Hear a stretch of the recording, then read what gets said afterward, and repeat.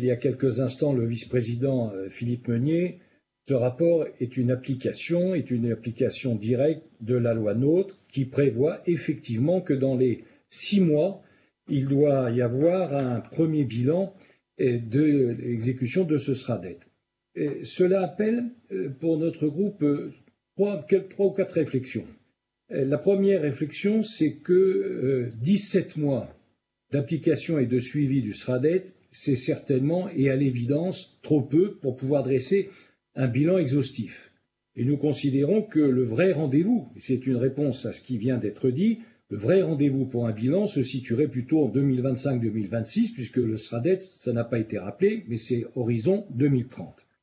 Et deuxième réflexion, cela nous permet aussi de rappeler les 2 principes forts sur lesquels nous sommes arc-boutés et qui nous ont guidés tout au long de la préparation de ce document.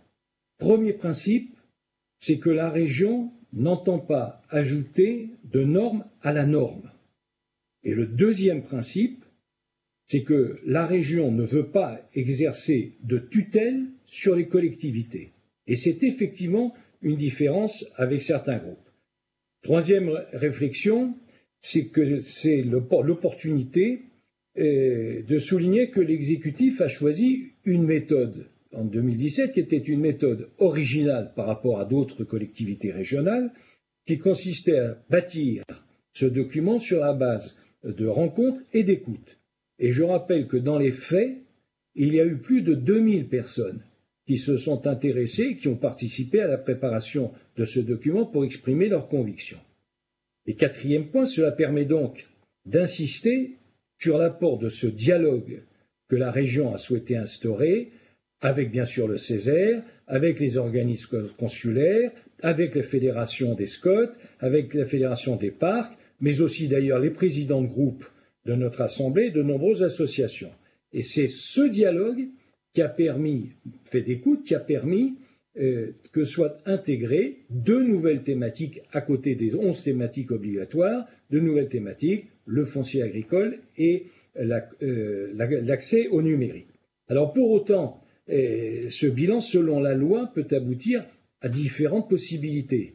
Cela a été dit, ça peut être le maintien en vigueur du schéma, ça peut être des modifications, ça peut être des révisions partielles, ça peut être des révisions totales, et même ça pourrait être une abrogation pure et simple. Chacun le comprend. En cas de changement de majorité, il est logique qu'un nouvel exécutif puisse modifier les principales orientations de ce document. Mais en cas de majorité renouvelée, confirmée et même largement confortée, il est cohérent que l'exécutif poursuive le travail engagé tout en apportant, si nécessaire, des ajustements. Donc c'est cette démarche qui est une démarche logique, claire, cohérente, que le groupe LR, divers droites, société civile et apparentés approuve, et nous voterons donc pour ce rapport. Merci Monsieur Hortefeux.